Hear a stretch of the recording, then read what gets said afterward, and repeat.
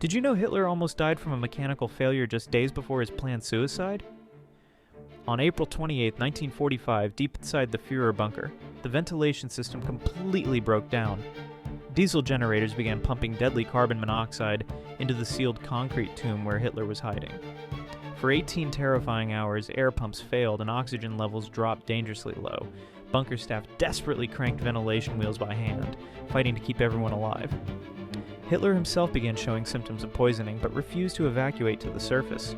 Above ground, Soviet artillery pounded Berlin while maintenance workers risked their lives trying to fix the system. The man who promised a 1,000-year Reich was slowly suffocating in his own bunker. This near-death experience may have pushed him to end his life just 2 days later. The ultimate irony?